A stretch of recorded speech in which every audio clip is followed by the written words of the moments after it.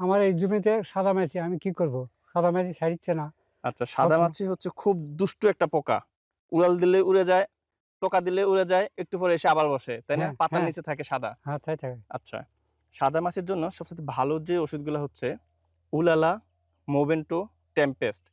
এই ৩ টা ওষুধ আমরা লিখে দিয়ে যাবো আপনাকে, হ্যাঁ? হ্যাঁ, এটা হচ্ছে আপনি উলালা দিবেন একবার। উলালার পরিমাণটা হচ্ছে ১ লিটার পানির সাথে ০.৫ গ্রাম উলালা মিশাবেন। প্রতি লিটার পানিতে ০.৫ গ্রাম উলালা মিশাবেন। মিশিয়ে ভালোভাবে মিক্স করে জমিতে স্প্রে করে দিবেন। আর টেম্পেস্ট আর হচ্ছে মোভেন্টো এই ২ টার ক্ষেত্রে ১ মিলি করে যদি টেম্পেস্ট দেন ১ মিলি প্রতি লিটার পানিতে, আর যদি মোভেন্টো দেন তাও ১ মিলি প্রতি লিটার পানিতে। কিন্তু ৩ টা একসাথে দেওয়া যাবে না।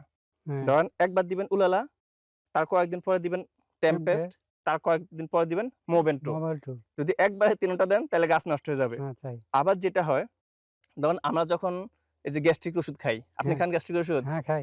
এই যে যদি ২০ পাওয়ারের ২০ এমজিটা খাই, অনেকদিন খাইতে, খাইতে ওইটা কাজ করে না, তখন ৪০ এ যাওয়া লাগে। হ্যাঁ, তাই। লাগে না? হ্যাঁ, তাই। পাওয়ার বাড়ে।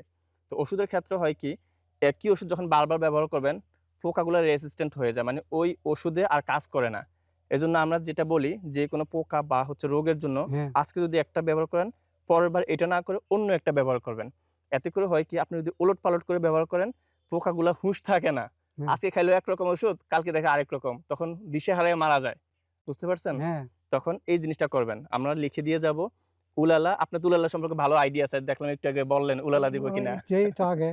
হ্যাঁ, উলালা, মোভেন্টো, টেম্পেস্ট এই ৩ টা ওষুধ যদি সঠিকভাবে ব্যবহার করা যায় জমিতে, তাহলে সাদা মাছির বংশসহ নষ্ট হয়ে যাবে। ঠিক আছে?